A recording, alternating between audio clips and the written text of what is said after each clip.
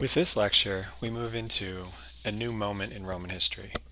With the death of Theodosius in the year 395, the Eastern Empire and the Western Empire are divided between his two sons. And this division, which everybody at the time thought would be much like the divisions between emperors of the 4th century, was something that people thought would be relatively temporary. That this would move back and forth, and the empire would, despite having two sovereigns in two places, function as a unified thing like it always had for the last 400 years. And they would be wrong. And this has to do with a combination of circumstances at that particular moment that made it a particularly dangerous time to have two young, in one case, child emperors running things in this particular fashion. Because neither of these emperors were able to assert authority in the strong and captivating and compelling way that their father Theodosius had been able to do. And this is particularly difficult, or this causes particular difficulties as we enter the 5th century, because other power bases within the Roman Empire were becoming more and more significant. And so a strong imperial leadership was required to buttress, regulate, and calm some of the contestations of power between these other non-imperial figures. And so one of these figures, or one of these elements of Roman society, is the role of these barbarian commanders, particularly barbarian commanders who joined and reinforced the Eastern army of Theodosius I following the peace treaty he signed with the Germanic Goths in 383. And now Theodosius allows these commanders to become an important part of his military, but he also places them in positions where sometimes they feel like they can renegotiate the deal.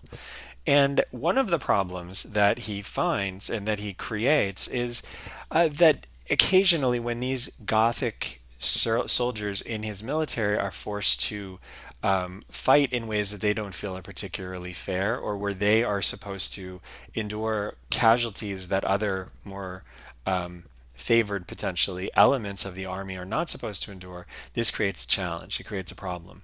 Another problem has to do with the fact that these Gothic soldiers in particular are Arian Christians. And of course, this isn't surprising. If you remember, the Goths were converted by Ulfila, who was working under the Emperor Constantius II.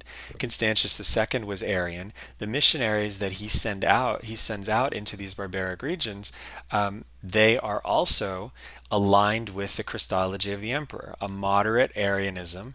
And so this means that the Goths have a different view, a different approach towards Christian practice and Christian ideas than the emperor.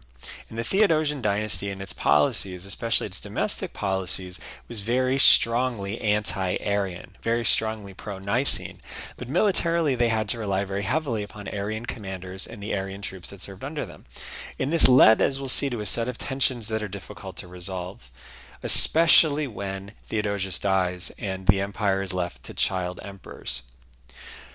But there's another aspect of life in this period that is also challenging for these child emperors.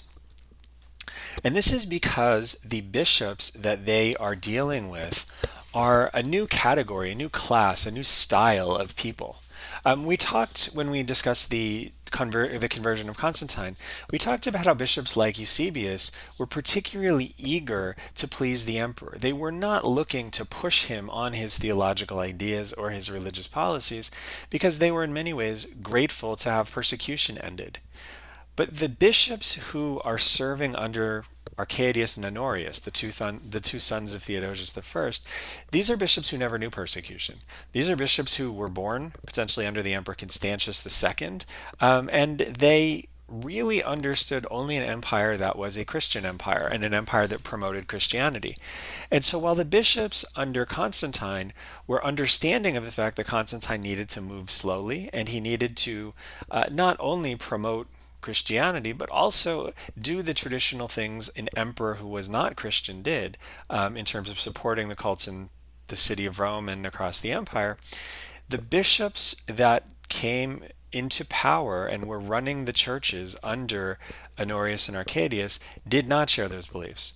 They had come of age in a Christian empire, and they didn't see any need to be apologetic for their Christianity, and they didn't see any need to not use imperial power to promote Christianity. And we saw this already when we looked at how Ambrose addressed Valentinian II. Ambrose was a bishop, but Ambrose was a bishop who felt completely comfortable addressing an emperor and dressing down an emperor that he disagreed with. And so these bishops became powerful figures in their own right.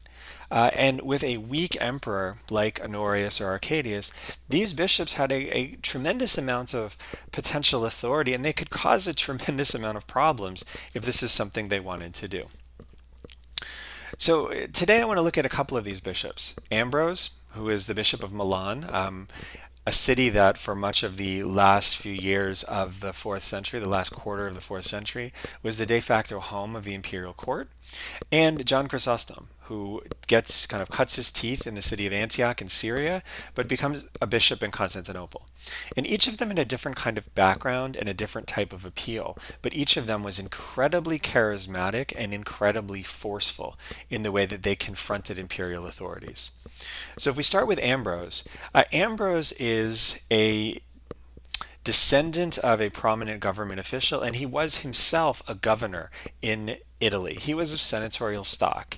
And so he was somebody who has, of course, the education one would expect of a well-cultivated and well-positioned senator, but he also has a tremendous amount of connections, and he knew how to make the Roman administrative system work for him.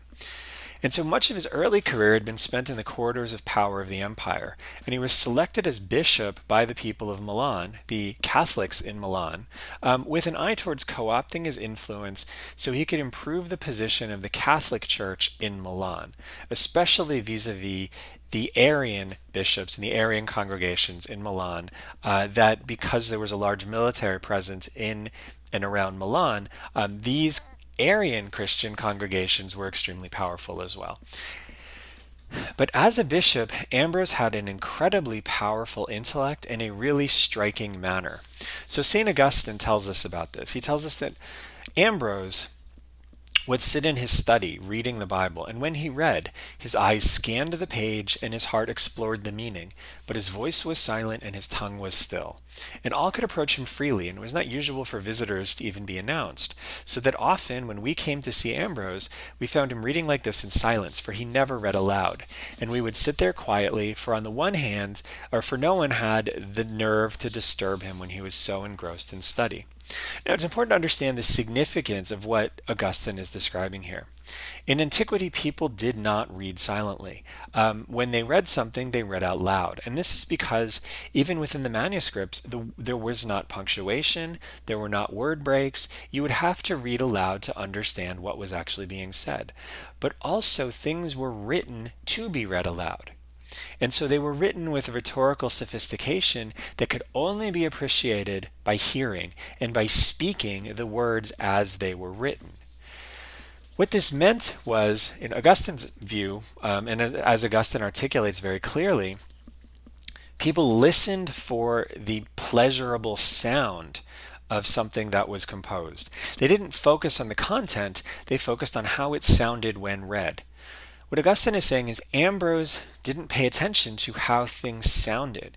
He focused on what they meant. And for Augustine, this is really compelling because it means that Ambrose is focused on the message of the text, not the rhetoric of the text, not the flow of its composition, but what it means, what it says. But to this contemplative element that Ambrose really deeply embraced was a fiery rhetorical style and a combative streak. And so the characteristics that Augustine describes underpin this combativeness. Because what it suggests is Ambrose, when he decides to fight, he fights hard because he knows what's true. He spends his time studying Scripture, he spends his time meditating about its meaning, and when he speaks with a deep awareness of why what he says is necessary. And this is part of Ambrose's great appeal. He can combine this authoritative voice grounded in the deep appreciation of the teachings of Christianity with a personal set of relationships and an ability to understand the functioning of the imperial court. He can advocate powerfully. He can do this in a way that's backed up by reason and deep study, and he can get access to the people who need to listen. And so this is why Ambrose is such a compelling figure. Now, John Chrysostom is a different kind of compelling figure. Chrysostom is equally combative, but he's a much better public speaker than Ambrose. He had some formal rhetorical training. We're told that he was actually trained under Libanius, the teacher in Antioch who we met last time. And this formal rhetorical training is something that initially makes Chrysostom really popular. The sort of breakthrough for Chrysostom's career in the church was a series of speeches he gave following a major riot in the city of Antioch, where he outlines what happens, why it matters, and why repentance and then also mercy on the part of the emperor is so important. And what Chrysostom does is almost single-handedly frame the way the Christian community understands the reaction to this riot. But what was even more effective for Chrysostom was that Chrysostom possessed a kind of training that even Ambrose didn't possess. So when Chrysostom finished school, he had gone through a course of study that would qualify him to be a lawyer. And when he was right on the point of entering the practice of civil law, he reflected on the restless and unjust course of those who devote themselves to the practice of the courts. And he was turned to the more tranquil mode of life, and so he laid aside his legal habit and applied his mind to the reading of sacred scriptures, frequenting the church greatly. And he moreover induced two of his fellow students under Libanius to forsake a profession whose primary object was material riches. They entered the ascetic life under the guidance of Diodorus and Courtiers, who then presided over a monastic institution. So what we have here with Chrysostom is somebody who has a deep classical education and incredible personal skills, but in the model of Athanasius's life of Antony, he decided to forsake the career in the world that he'd trained for. And instead of pursuing this, he walked away from it. He walked away from the legal profession, he walked away from the riches he was almost certain to gain, and he became a monk. And he did this for much the same reason that Antony did. He did this because he understood that this was the way to actually practice truth, to be the best Christian he could be. And this gave Chrysostom a quality that even Ambrose lacked. Because it's said that on account of his zeal for temperance, Chrysostom was stern and severe. And one of his early friends said that in his youth he manifested irritability rather than modesty. But because of the uprightness of his life, he was free from anxiety about the future. And his simplicity of character rendered him open and ingenious. Nevertheless, the freedom of speech he allowed himself was offensive to very many. In public teaching he was powerful in reforming the morals of his auditors, but in private conversation he was frequently thought haughty and assuming by those who did not know him. And so the background that Chrysostom has as an ascetic undergirds or supports the authority that he claims. And it does this in a particular way.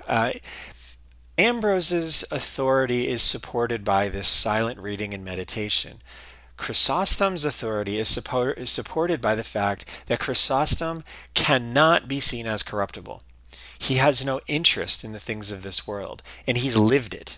He lived in the Syrian desert. He lived as a monk. He gave up all of the riches of this world. And when he's brought back into the church, he's not doing it for glory. He's not doing it for wealth. He's not doing it for comfort. He's doing it out of duty. It's part of the same ascetic practice that he has always pursued since he gave up his legal career. And this means that when he speaks from the pulpit, even if he's speaking in a way that's abrasive, a way that's combative, he's doing it in a way that performs the virtue that supposedly he has achieved through the ascetic discipline in the desert. And so people listen to him. And they listen to him because he lives what he says.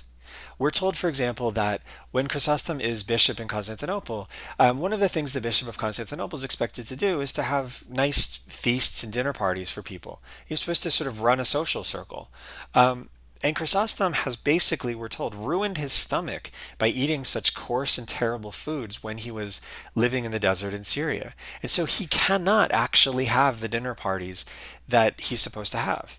And even if he did have them, he couldn't eat at them because his stomach can't handle the rich foods that were being served. And so Chrysostom is known to everyone as someone who is abrasive, but the abrasiveness comes from the lived truth that his lifestyle has embodied. He speaks truth because he lives it. And that is really, really compelling. It's really hard to argue with somebody that way. And so people of this sort, both Ambrose and Chrysostom, are really difficult for a court to control. But this is even more of a problem given the nature of the court of the sons of Theodosius.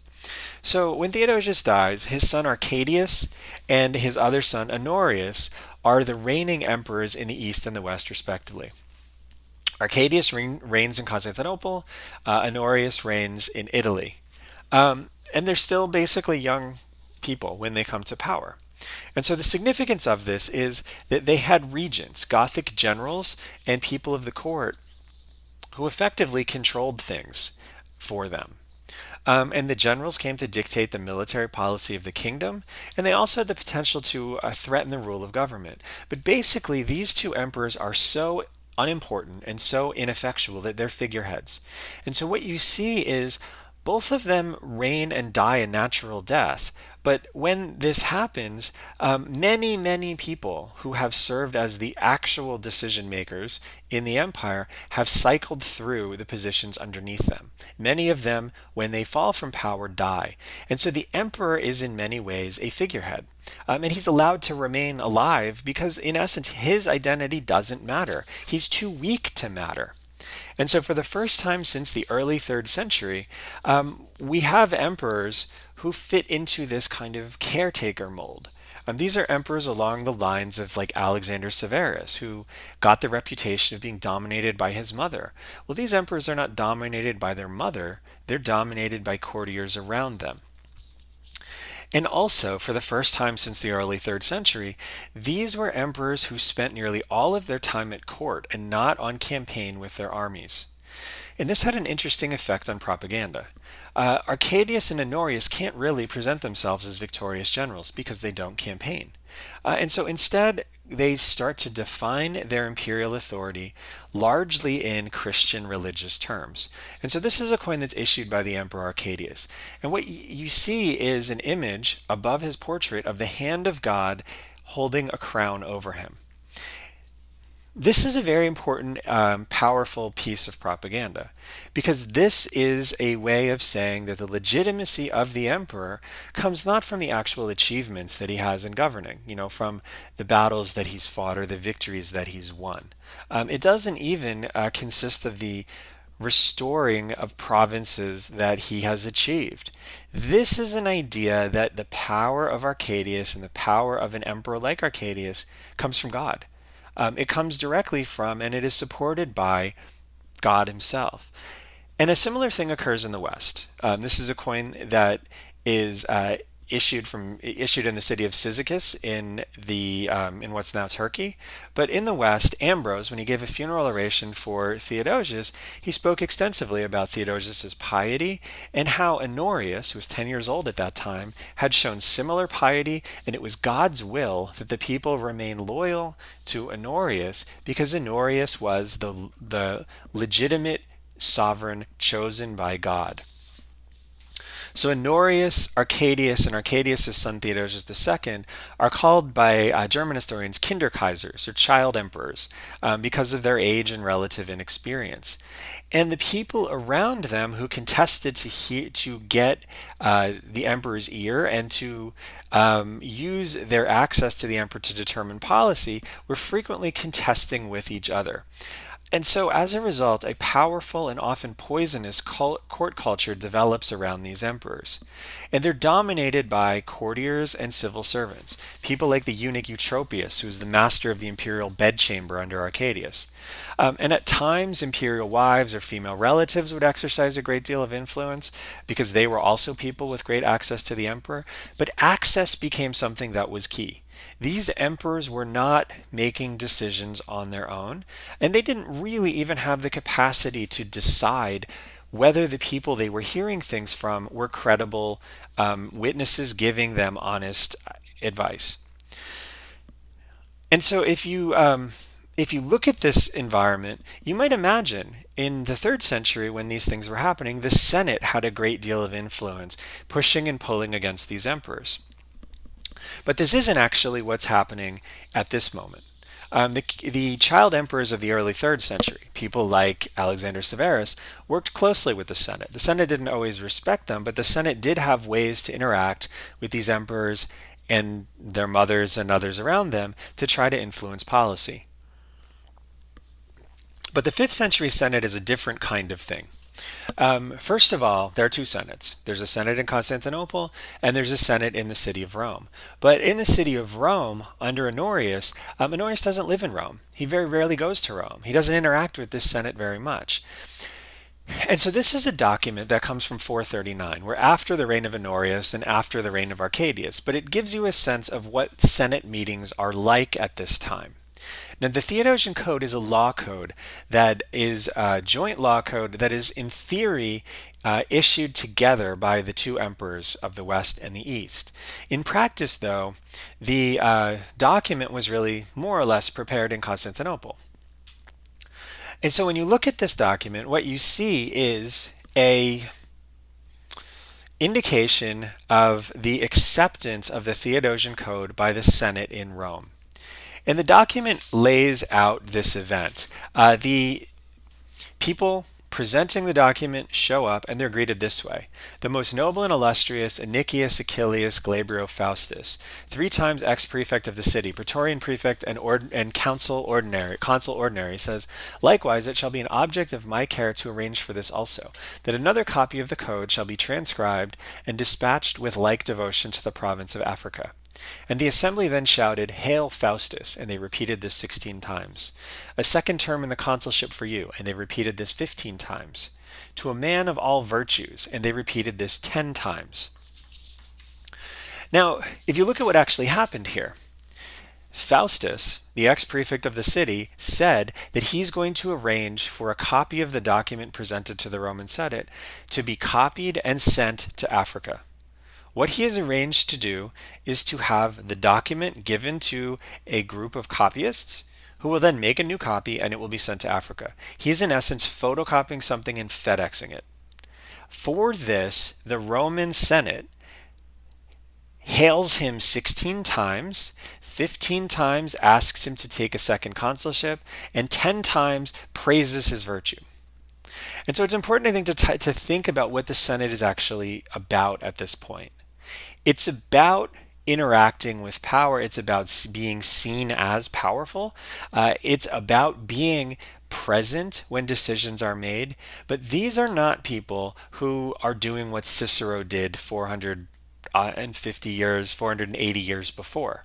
These are people who are very much participating in the spectacle of government. They're participating in the pageantry of the empire. But in the actual Senate meetings, they are not advising the emperors. They are not engaging with the emperors. The emperors aren't there.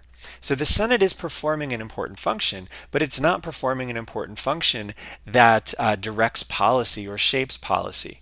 Instead, policy is being shaped by the people who have the actual power under these figureheads.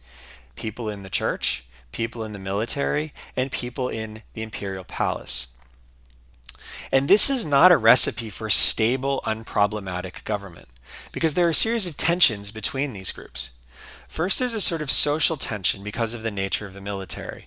And we can see this in a number of ways, and we'll keep seeing it for the rest of the quarter. One of the more memorable examples of this tension concerns a massacre that occurs in Thessaloniki in the middle of the reign of Theodosius I. And this is a famous incident, not so much for the massacre as for what comes next.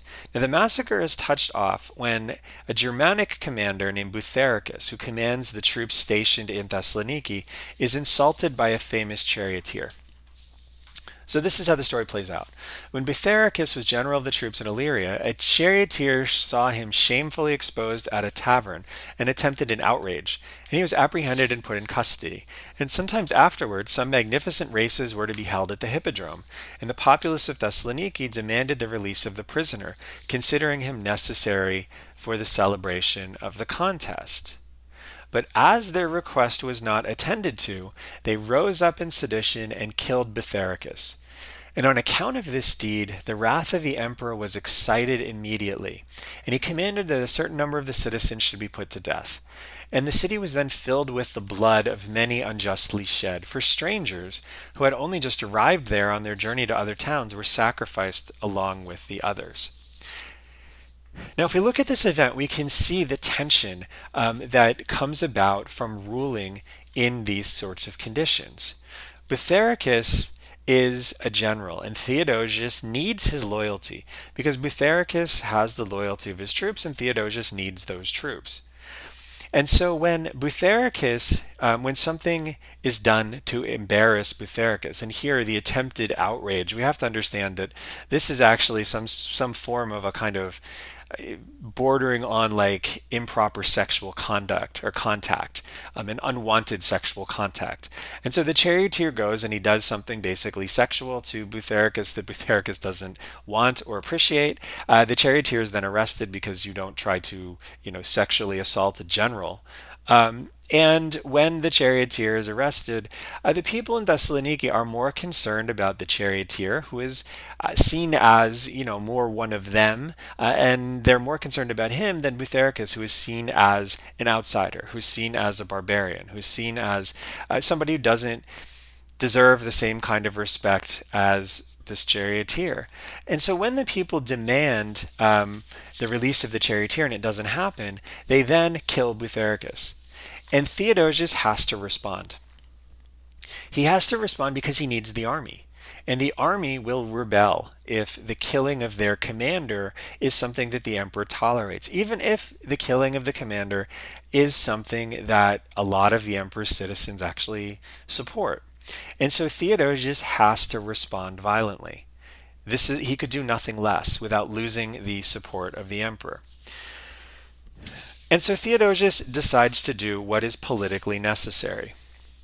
And it's following this that we see the real tension inherent in a Christian emperor who relies upon both troops commanded by outsiders like Bitharicus, who are subjected or possibly subjected to this kind of attack as outsiders by Romans who see them as different and perhaps therefore see them as people they can attack it with impunity.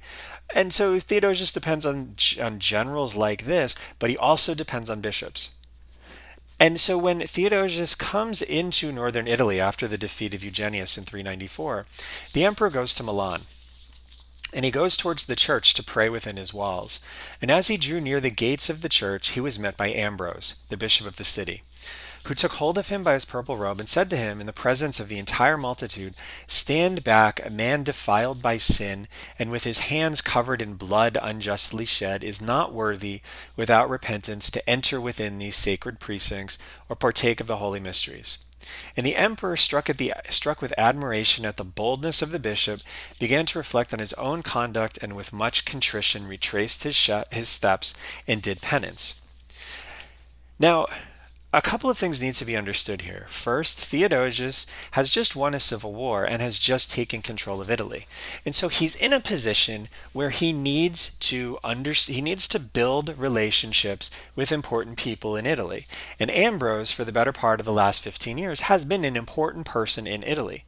And so if Theodosius really does want to build a workable governing structure in Italy, he needs Ambrose. And Ambrose knows this. And so Theodosius, in a sense, allows Ambrose to assert this authority, because by allowing Ambrose to assert this authority, Theodosius is acknowledging Ambrose's authority. And if this then is followed by an alliance with Ambrose, Ambrose's support for the emperor looks genuine, It looks like it's grounded in true Christian principle, and it's much more useful to Theodosius in this context. And this is why Theodosius allows himself to be kind of put in his place by the bishop. This is a move to try to build a powerful coalition of supporters in Italy. And this, of course, is also why, a little more than a year later, Ambrose stands forward and makes the speech that he does, saying that Theodosius is a pious emperor and that people need to respect his piety and therefore acknowledge the authority of his son Honorius, who is also pious. And so what we see here is the kind of deal that an emperor like Theodosius has to make. He's continually struggling to balance the needs for respect that his troops feel. His troops, who are barbarian, in many cases barbarian outsiders in a Roman world that doesn't fully respect them. And he also needs to balance the sort of respect that clergy demands, especially these aggressive and authoritative clergymen like Ambrose. And so Theodosius is a strong emperor, but even he has to balance catering to these competing factions. And sometimes these competing factions will require him to do things that are at variance with one another. And he also has to then manage how he can do things that are consistent, say, with the needs of the troops in Thessaloniki to feel safe and respected, and also consistent with the needs of people like Ambrose to show that they are independent of the emperor. And Theodosius manages this reasonably well. But Theodosius is strong. Theodosius is an adult. And Theodosius is a military leader who has achieved things. This is not going to be as true of his sons, nor could it be.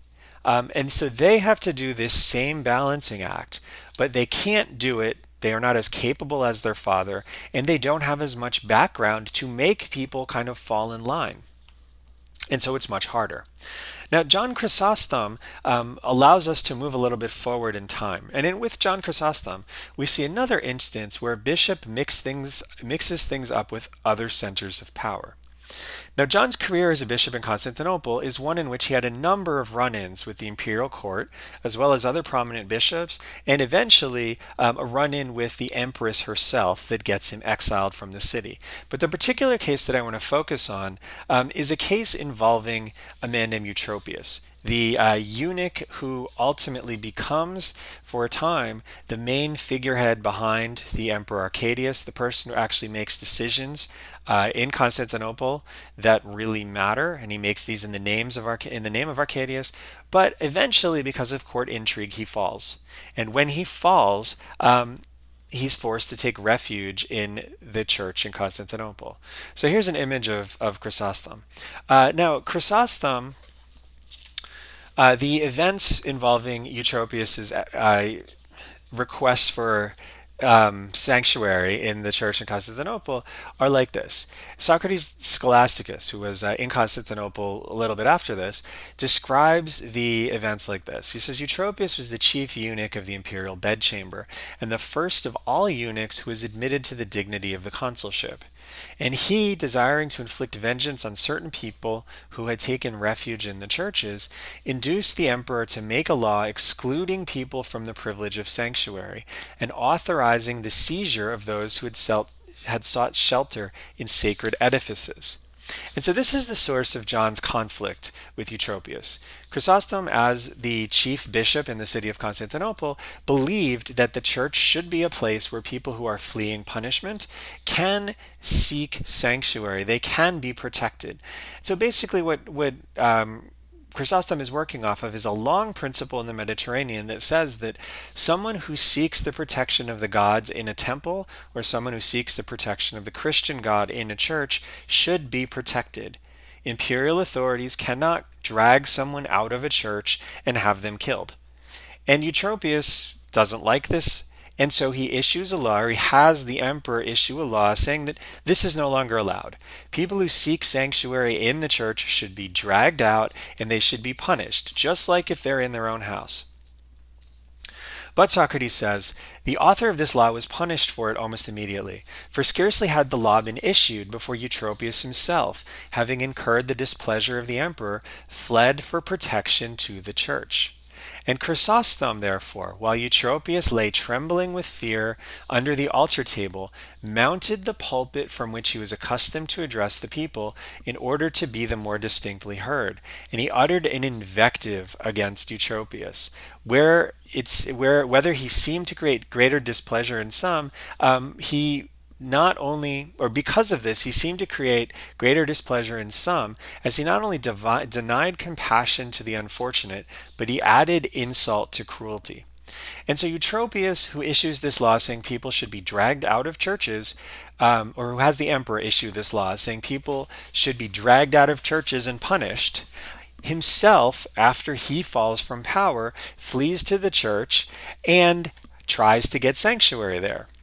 And Chrysostom, who controls this church, then gives a sermon in which he attacks Eutropius for the hypocrisy that Eutropius is showing. Now, by coincidence, we have the text of that sermon. We can see how Chrysostom does this. Now, the speeches of Chrysostom are fascinating because he is, in many ways, a incredible, almost unparalleled speaker. And because of this, because of the quality of what he says and how he says it, secretaries would come and actually record verbatim what Chrysostom says in church. And you read these things and you realize the great talent that Chrysostom has as a public speaker. But you also see what conditions are like in the churches. So, for example, there are huge volumes of these. And we have more Chrysostom than we have of any Greek author before Chrysostom. And we know that the things we have were not really edited afterwards. They are just literally verbatim what Chrysostom says, because Chrysostom yells at the congregation for stuff like eating while he's speaking or not paying attention. It's very clearly what was actually said at the time. And so the Eutropius sermon brings us to the actual moment when Eutropius is hiding out in the church looking for sanctuary. And it allows us to actually see how that unfolded. And what's amazing about this is the fact that the power struggle between the court and the church was playing out in front of everyone's eyes. And so we have to imagine the scene. Eutropius is one of the most feared people in Constantinople up until basically that day. And then everyone in the city, all perhaps at this point maybe 400,000 people, hear that Eutropius has fallen. And not only has he fallen, but he's fled for protection to a public space where the most capable and talented public speaker, who has a temper, is now going to address the entire assembled crowd and speak about this. And so this would be something like if the most hated figure in American politics suddenly falls from grace and seeks shelter at like Al Sharpton's church. But even more so, because Chrysostom is 100 times more effective as a communicator than Al Sharpton. And so everybody in Constantinople knows that Eutropius is in the church. Everybody knows what happened. They also know that Chrysostom hates what Eutropius did. They also know that Chrysostom doesn't really control his invectives very well, and they want to see what's going to happen. And the theme that Chrysostom chooses for his sermon that day is Matiotites, Matiotites, ke panta Matiotites. Vanity of vanity, all things are vanities. And the Greek in this is so powerful because the Greek in it restates itself, and it restates itself in this like rhythmic way. Matiotites, matiotiton, ke panta matiotites. And then Chrysostom he introduces the theme, and then he gets into how the theme relates to the present circumstances. And he speaks directly to Eutropius. He says to Eutropius, "Where are your cupbearers? Where are those who cleared the way for you in the agora? Where are those who sounded your praises endlessly in the ears of everybody? They've fled. They've disowned your friendship. They're providing for their own safety by means of your distress." And Chrysostom then says, "In your misfortune, I don't abandon you. Even now, when you are fallen, I protect and tend to you, and the church, which you treated as an enemy, has opened her breast to you and received you in it. And whereas the theaters which you courted, and about which you were oftentimes indignant with me, have betrayed and ruined you. And yet I never cease saying to you, why do you do these things? You're exasperating the church. You're casting yourself down headlong. And yet you did not listen to me. You hurried away from my warnings and you persisted in what you were doing anyway. And so John goes on, and he's even more harsh. And at some point we see he begins to sense that the audience may be turning on him. The audience hates Eutropius. They really, really don't like this guy. And they love the fact that he has fallen and that he's sitting there in absolute, cowering terror before the altar. And they love that Chrysostom is attacking him, but they only love it to a certain point. And once John realizes that the audience maybe is beginning to turn towards sympathy and less towards a sort of schadenfreude, Chrysostom then says, I say these things not now as trampling upon one who is prostrate, but from a desire to make those who are still standing more secure. For who is more exalted than this man? Did he not surpass the entire world in wealth? Had he not climbed to the very pinnacle of distinction? Did not everybody tremble in fear before him? And this makes the audience feel a bit better. Because literally, Eutropius is prostrate right now. He's lying down, cowering, holding on to the altar table, seeking the reassurance that the church can give him. And Chrysostom, of course, points to that. But he says, you have to understand, I'm not trying to attack him, but we have to understand what he once was. He was once the richest, most powerful, and most distinguished person in the city. And now he's not. And this makes the audience feel a bit better about coming to the spectacle. Eutropius is simultaneously a tangible person, an actual figure, a person of authority who is now nothing. And they can see this. But Eutropius is also a concept. And this is where Chrysostom is even more compelling, even more powerful.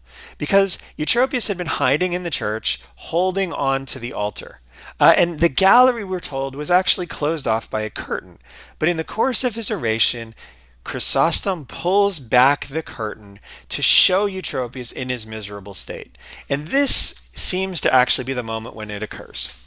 Chrysostom says, let me try my best. Even if I try my best, I shall not be able to present to you in language the suffering which he must naturally undergo in the hourly expectation of death. But indeed, what need is there of any words from me, when he himself has clearly depicted this for us as in a visible image? For yesterday, when they came to him from the royal court, intending to drag him away by force, and he ran for refuge to the holy furniture, his face was then, as it is now, no better than the countenance of one dead, and the chattering of his teeth, and the quaking and quivering of his whole body, and his faltering voice, and his stammering tongue, and in fact his whole general appearance were suggestive of one whose soul was petrified. This is the moment when the entire congregation got to see the fall of Eutropius. And this is the moment when Chrysostom got to highlight the fact that the church had prevailed, that the court could not survive in the long term without the support of the church. And the example he made of the physical presence of this fallen man, this man whose face was ashen, this man whose teeth could chatter audibly, this man who was quivering, who could not speak, who was stammering and petrified with fear. This man underlined the point Chrysostom wanted to make, a point that said that the bishop has power. And the power of the bishop, and the power of a bishop like Chrysostom in particular, comes from both his presence in the church and the absolute authority with which he can speak as the interpreter of the Christian tradition. And the fact that Chrysostom could do this with incredible theatrics and with an unnaturally powerful ability to shape his language to the moment, this shows you why people like him are so formidable. Everyone who came into the church that day was expecting a spectacle, and no one was disappointed. Chrysostom was able to capitalize on their emotions, was able to stir their sensibilities, and was able to make them enthusiastic about the experience that they were having. And this is something that emperors really could not control. And Chrysostom ultimately was an almost uncontrollable figure as he really found his bearings, and he began to turn this energy not against people like Eutropius, but against the empress.